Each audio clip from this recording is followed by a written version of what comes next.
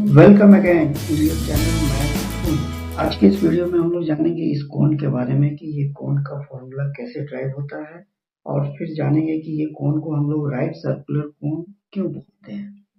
ये भी जानेंगे कि कोन का रिलेशन ये सिलेंडर से कैसे होता है जब इसके कोन के वॉल्यूम को फाइंड करना होता है इसके फॉर्मूला को, क्योंकि कोन का वॉल्यूम का फॉर्मूला के लिए हमें सिलेंडर का वॉल्यूम का फॉर्मूला का हेल्प लगता है।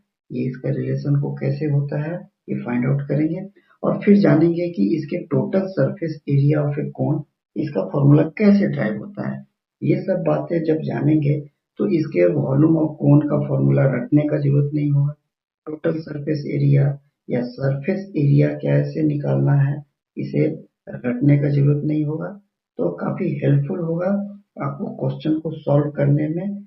आज के इस वीडियो को ठीक से देखते हैं तो कोन को राइट सर्कुलर कोन इसलिए कहते हैं क्योंकि ये जो कोन है, कोन के इस सेंटर में यहाँ से जो दूरी है इसे आर से डिनोट करते हैं, मीन्स रेडियस। और इस सर्किल के सेंटर से जब इसके कोन के ठीक हाइट तक इसे ड्रॉ करते हैं तो ये ठीक परपेंडिकुलर जाता है।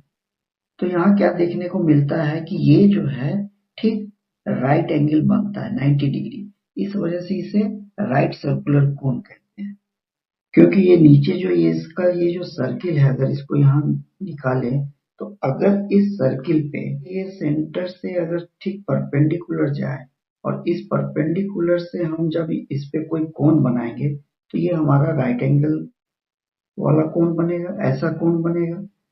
लेकिन जब हम इस परपेंडिकुलर वाले लाइन को अगर थोड़ा सा यहाँ पे अगर एक्यूट एंगल की तरफ मोड़ देते हैं, अब इस केस में हमारा ये राइट सर्कुलर कोण नहीं कहलाएगा क्योंकि ये जो एंगल है ये एक्यूट एंगल है, तो यहाँ कोण हमारा तिरछा हो गया, टेढ़ा।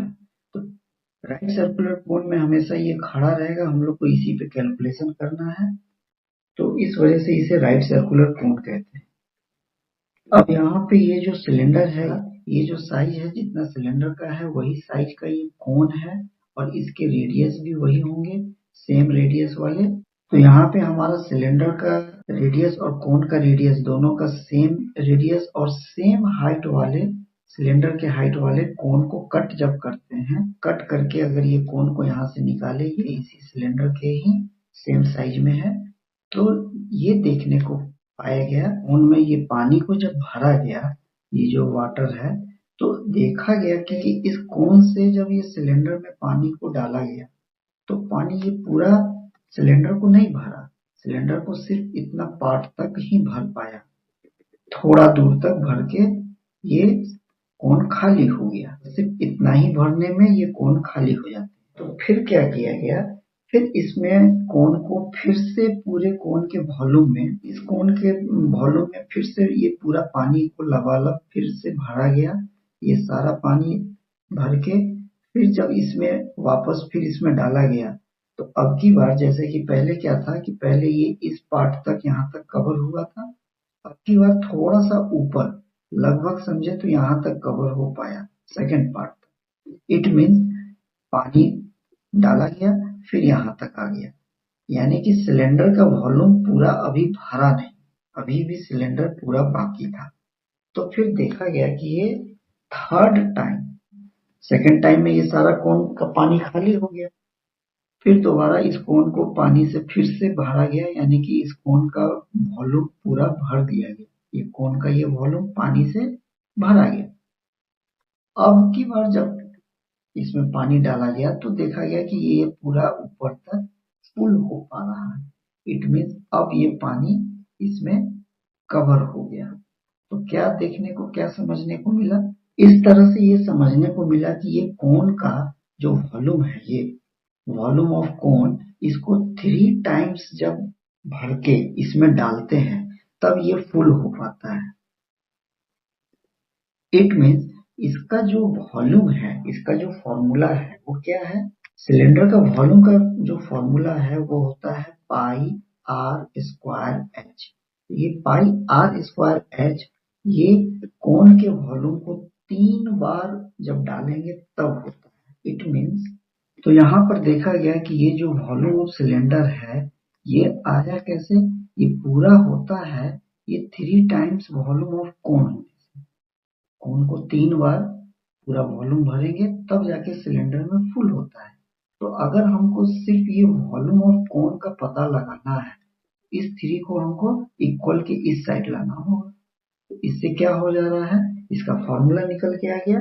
ये वॉल्यूम ऑफ कोन जो हमारा फाइंड हो रहा है, ये क्या हो रहा है, वॉल्यूम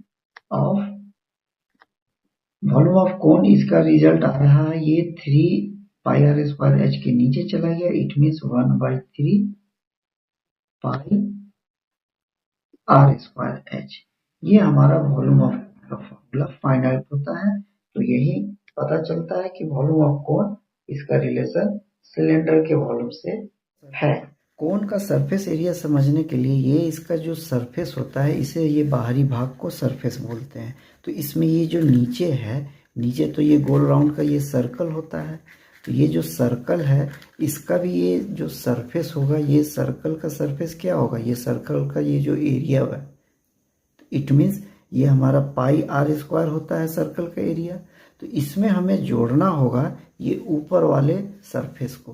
तो ये ऊपर वाले सरफेस कैसे बनेंगे, जब इसको खोल के देखते हैं, ऐसे करके खोलते हैं, तो इसमें ये जो नीचे का पार्ट है इसका तो ये फॉर्मूला लग गया, सर्कल का एरिया, ये पूरा एरिया, तो ये इसका सरफेस है, मतलब कि ये इसके ऊपर का ये सरफेस एरिया है। तो ये तो पार्ट हो गया। अब इसके बाद ये जो सरफेस है, इसे कैसे फाइंड करेंगे, क्योंकि इस सरफेस को अगर फाइंड करना है तो सबसे पहले ये जो नीचे ये जो सरकमफेरेंस दिख रहा है गोल, ये सरकमफेरेंस है, दिस इज 2 पाई आर। तो ये जो सरकमफेरेंस है, ये 2 पाई आर, इसको अब हम खोल रहे हैं। ये देखिए, ये circumference, this is 2 pi r. ये 2 पाई आर वाला पार्ट पूरा खुल गया। फिर से देखें, ये जब गोल था तो ये सर्कल है। अब ये सर्कल का हमको ये सरफेस पार्ट चाहिए, तो सरफेस पार्ट में ये दिख रहा है बाउंड्री, और ये बाउंड्री हमारा कैसा है, राउंड में है। और राउंड में है तो सर्कल का ये जो बाउंड्री है सरकमफेरेंस, ये होता है 2 पाई आर। अब इस 2 पाई आर को जैसे खोलेंगे तो that is the our 2 pi r, ये वाला। तो ये जो 2 पाई आर दिखा यहाँ से यहाँ तक, तो इस केस में ये जो पार्ट है, ये वाला इधर हो या इधर हो, दिस इज स्लेंट हाइट, तिरछी रेखा है ये वाली। तो ये वाला जो है हम लोग का यहाँ से जो बन के आया, यहाँ से ये और ये, तो इसके सरफेस के लिए इस सर्किल का जो एरिया है इसमें यहाँ लिख लिए। और जैसे ही इसके ये बाउंड्री वाले पार्ट को खोलेंगे, ये जो गोल राउंड 2 पाई आर, तो ये साइड रहा 2 पाई आर, ये वाला ऐसे खुल गया, तो this is called 2 pi r. और ये जो एरिया है, ये तो स्लेंट हाइट है, दैट इज एल, ये हमारा एल हो गया। अब हमारा इस पार्ट को निकालना है, तो कैसे निकलेगा, तो इस पार्ट में क्या है कि ये सेंटर से लेकर के यहाँ तक, जैसे कि ये हमारा ठीक राइट एंगल का ये हमारा ट्रायंगल बनता है। तो राइट एंगल ट्रायंगल होगा तो इसका जो फॉर्मूला है क्या बनता है, दैट इज द बेस। इस तरह से अगर हम यहाँ पे ऐसे कोई एक बड़ा सा भी देख लेते हैं, तो ये तो ऐसे करके आएगा ये वाला, तो ये वाला हमारा एल बेस हो जाता है। लेकिन ये पार्ट अभी क्या होगा मालूम नहीं, तो इसको पहला पार्ट P1 कर लेते हैं। तो ऐसा ट्रायंगल हमारा यहाँ पे करीबन सैकड़ों नहीं हजारों लाखों छोटे छोटे, जो एकदम आंख से न दिख रहे हो, ऐसे छोटा ट्रायंगल ढेर सारे होंगे। अभी समझने के लिए बड़ा वाला ट्रायंगल बना रखे हैं थोड़ा सा। तो इसके लिए हमारा ये जो L है, हर बार इसका L तो L ही रहेगा, और इसका जैसे ही इधर करेंगे तो ये हमारा ये पार्ट P आएगा, तो दैट इज आवर P1, फिर ये हमारा P2, ये हमारा P3, फिर इस तरह से काउंट करेंगे, ये लंबा वाला, तो दैट इज द P4। इस तरह P1 2 3 4 पूरा Pn तक, लाखों तक रहेगा। तो एक को पहले समझ ले, तो इसका जो एरिया निकालेंगे, जो इसका एरिया निकलेगा ऐसा, इसी एरिया में फिर दूसरा एरिया जोड़ देंगे, तीसरा ट्रायंगल का एरिया, चौथा ट्रायंगल का एरिया। तो पहला ट्रायंगल का एरिया होता है 1/2 बेस। तो बेस हमारा ये स्लेंट हाइट है L वाला, तो बेस इंटू हाइट, तो हाइट हमारा पहला अगर P1 है तो दूसरा वाला ट्रायंगल जो जोड़ना है इसमें ऐड करना है दूसरे वाले को, तो इसका भी फॉर्मूला सेम वही होगा 1/2, और ये वाला बेस है दैट इज L, और ये परपेंडिकुलर है दैट इज द P2। इस तरह P2 वाला हो गया। फिर हमारा दूसरा अगर आएगा 1/2, फिर से इस वाले के लिए L लेंगे, फिर ऊपर लेंगे तो ये L, अब की बार P3 होगा। तो ये सब इस तरह ऐड होते चले जाएंगे, तब जाकर के ये पूरा ट्रायंगल को ऐड करने से ये पार्ट पूरा एरिया पार्ट हो जाएगा, ये पूरा का पूरा कवर हो जाएगा। तो ये कैलकुलेशन आखिर कैसा हुआ इसे समझ लेते हैं। इस फिगर को हमने यहाँ पे लिख लिया। ये वाला पार्ट जो है, ये जो गोल वाला जो पार्ट था ये खोल करके ये 2πr हुआ, और ये छोटे छोटे ट्रायंगल को जब ऐड करेंगे तो 1/2 base into height plus 1/2 base into height, तो इन सभी में हमें 1/2L कॉमन दिख रहे हैं, 1/2L कॉमन दिख रहे हैं हर बार पूरा लास्ट तक। यानी कि हम अगर 1/2 मल्टीपल L को अगर कॉमन निकाल दे तो सिर्फ P1 इधर से दिखेगा, इसके साथ वाले बाहर हैं P1, उसी तरह ये पार्ट बाहर है तो P2 दिखेगा, तो दैट इज द P2। फिर उसी तरह अगला यहाँ पे जो ऐड करते हुए गए हैं तो 1/2L ये वाला पार्ट बाहर है, अब ये P3 दिखेगा। तो इसी तरह ये आगे इस सारे ट्रायंगल जितने भी इसमें ऐड हुए हैं वो दिखते चले जाएंगे। तो सो ऑन टू मान लेते हैं Pn तक है पूरा। तो ये पूरा P1 P2 क्या है, ये यही तो P1 P2 P3 वगैरह जितने सारे लाखों करोड़ों है, तो ये तो राउंड फिगर का ये एरिया है। तो इस पूरे को अगर हम जोड़ देते हैं इकट्ठे ये पूरा, तो हम इसका मतलब ये जोड़ रहे होते हैं ये वाले, और ये जोड़ का जो कैलकुलेशन है वो दिख क्या रहा है 2πr, यानी कि हम यहाँ से लेके यहाँ तक को, इस पूरे लास्ट तक को 2πr कह सकते हैं। तो इसका कैलकुलेशन फाइनली क्या हो जाएगा, ये 1/2 multiple L into this is यहाँ से यहाँ तक 2πr, तो ये 2 से 2 कट गया, बचा क्या πr और L। यानी कि अब हमारा ये जो इसका सरफेस निकालना था, ये जो बेस है, तो बेस का जो सरफेस है ये सर्कल का, ये सर्कल का πr² हो गया, और ये जो ऊपर का जो अभी हम लोग फाइंड किए थे इस वाले को, तो फाइनली ये टोटल सरफेस एरिया के लिए ये सर्कल का एरिया, ये इसका पेंदी में जो है पूरा सर्कल, इसका पूरा पार्ट का ये एरिया प्लस और इसके ऊपर वाले जो कि πrl होते हैं दैट इज द πrl, ये हमारे हो जाते हैं टोटल सरफेस एरिया। टोटल क्यों, क्योंकि ये तिरछा वाला और नीचे ये बंद कर दिए इसका, ये पूरा का पूरा हो गया, तो ये हो गया हमारा टोटल सरफेस एरिया।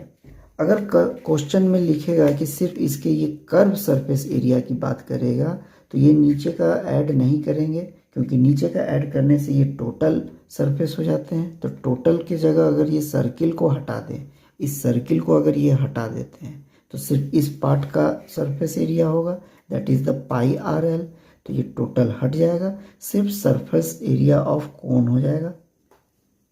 तो ये ध्यान दें कि टोटल सरफेस एरिया में ये सर्किल के साथ ऐड करेंगे ये ऊपर कर्व वाले को, यानी कि πrl के साथ ऐड कर देंगे πr²। इन दोनों में जो कॉमन है πr कॉमन लेंगे तो यहाँ से r बचेगा और यहाँ से l बचेगा।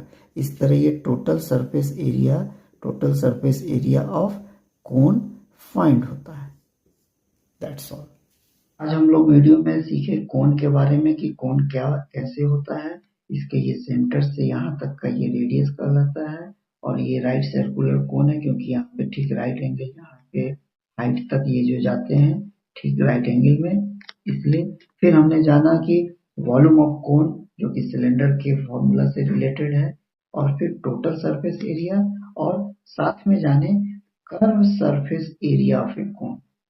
फिर कोन के बारे में भी हम लोग जाने कि इसके सिर्फ कर्व सरफेस एरिया की बात करेंगे तो सिर्फ ये कर्व पार्ट को ही कैलकुलेट करना होगा कि ये कर्व में क्या कैलकुलेशन आया था जो अभी देखे हैं।